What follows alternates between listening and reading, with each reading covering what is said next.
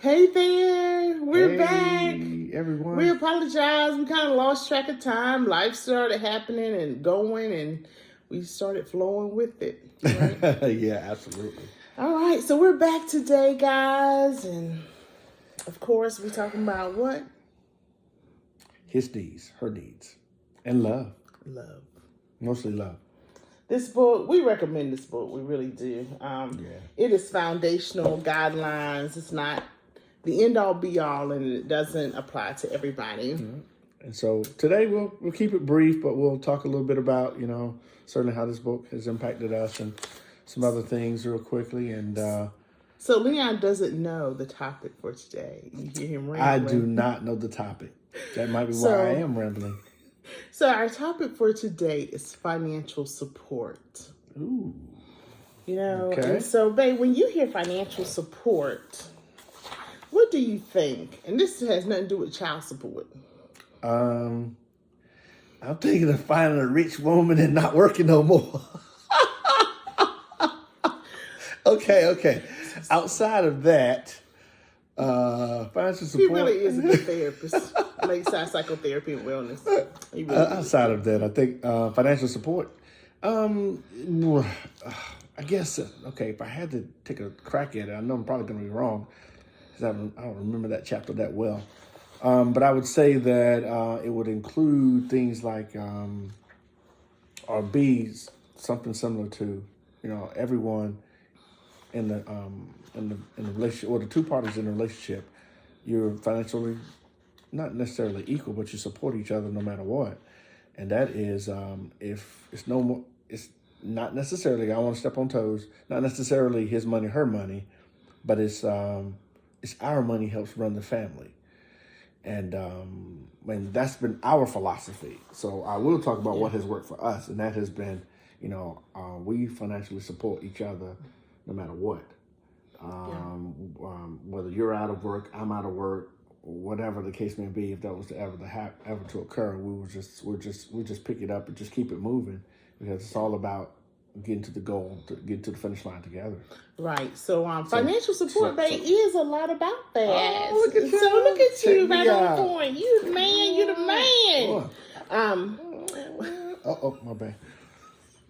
He always got to gyrate. Always. A little dance. But financial support really talks about, understanding whose role you all a couple having an understanding of who owns or who will be in the role of making money and that type of thing. And so it talks about, one of the questions in the headliners in here is, do women marry men for their financial support?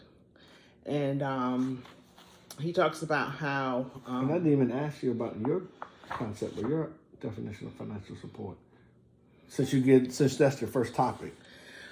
Oh, so you want to talk about, did I marry you for your financial support?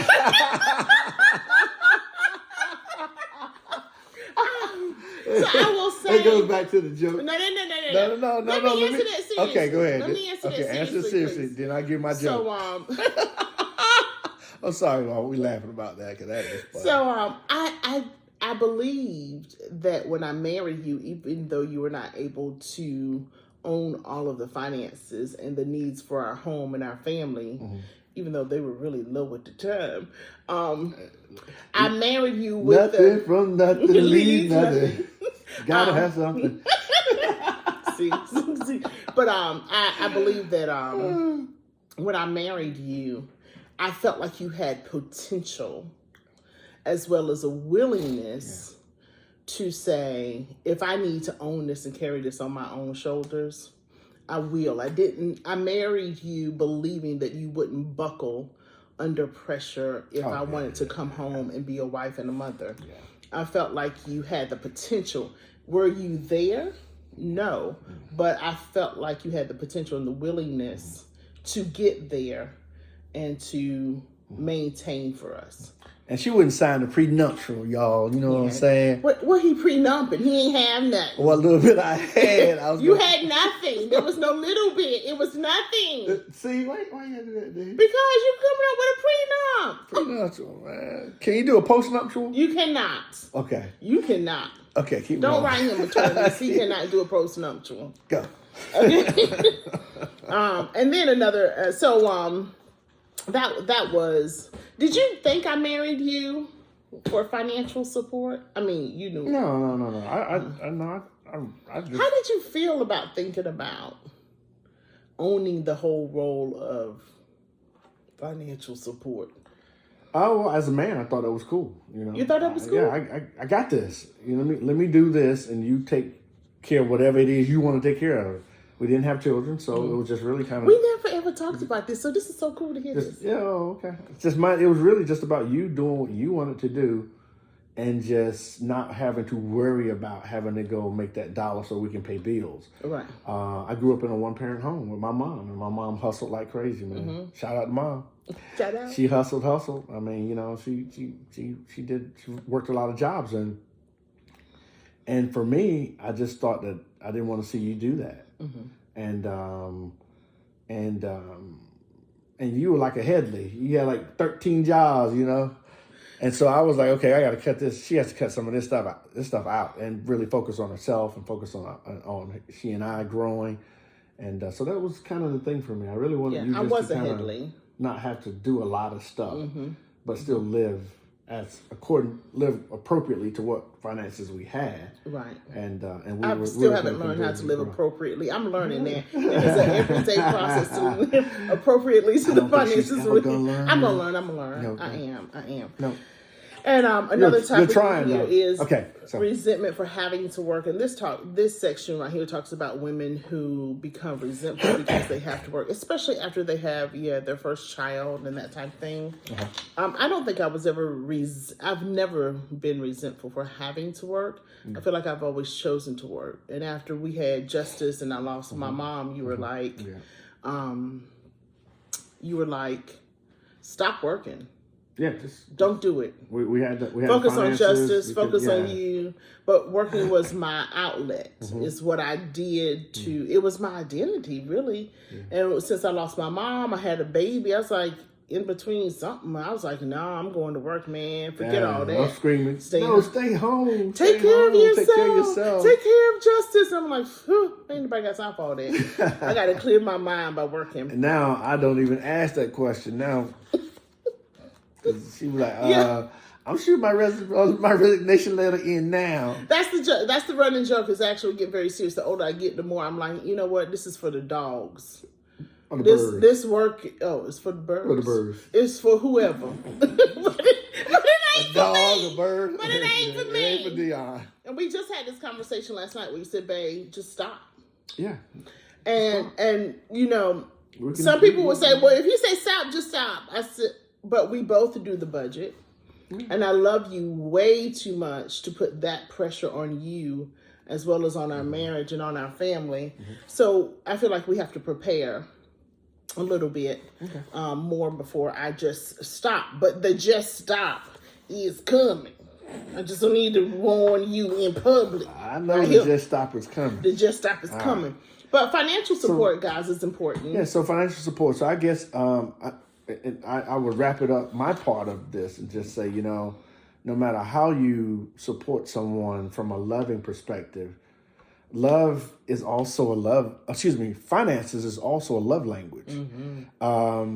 There's safety and security. There's providence, if you will. In other words, providing for your for your family, for your house.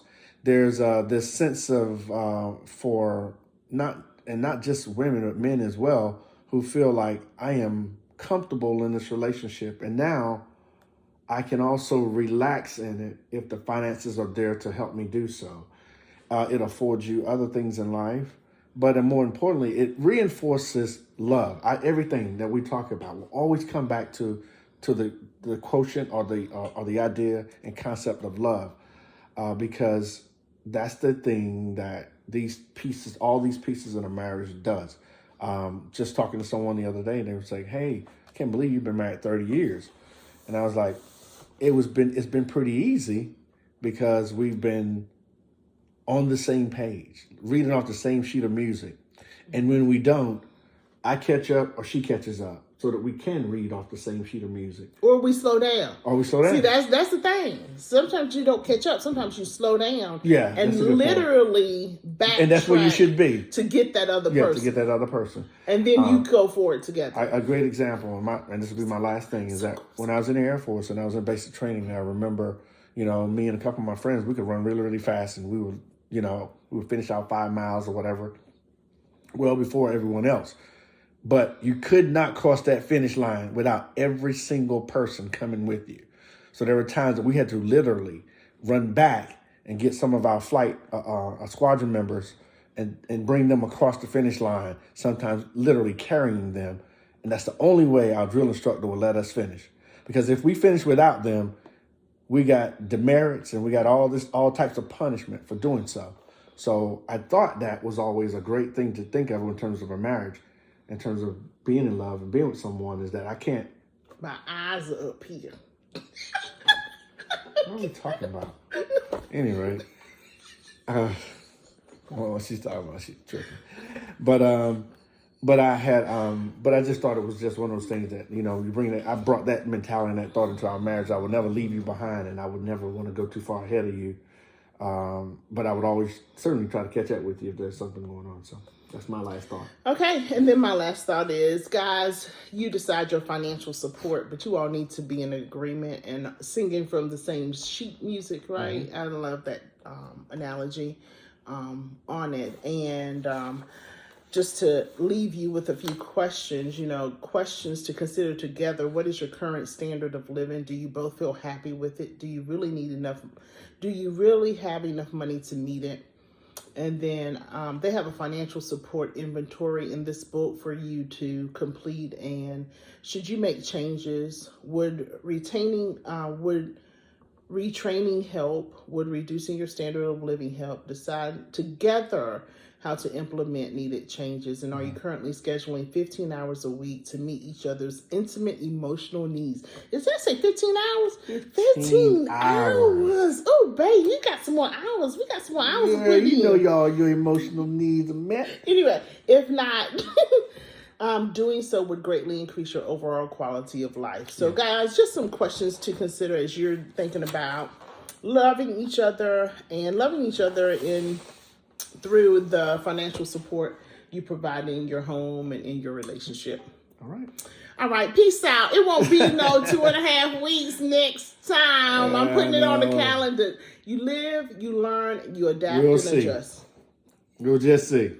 Take care. Bye.